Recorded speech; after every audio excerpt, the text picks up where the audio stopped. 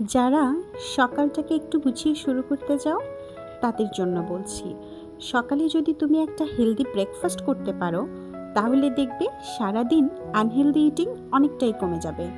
কারণ দিনের শুরুটাই তখন অনেক ব্যালেন্সড আর এনার্জেটিক লাগে। আজকের সকালটা শুরু করেছিলাম আমি হলুদ বুস্টার দিয়ে।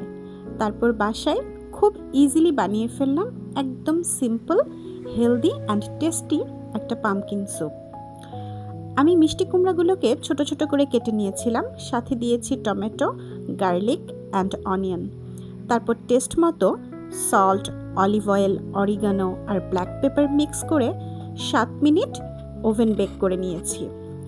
বেক করা সবগুলো ভেজিটেবলস ব্লেন্ডারে ফাইন ব্লেন্ড করে 1 কাপ পানি মিক্স করে আরও 4 মিনিট ফুটিয়ে নিয়েই তৈরি হয়ে গেছে আমার হেলদি পামকিন স্যুপ রেসিপি।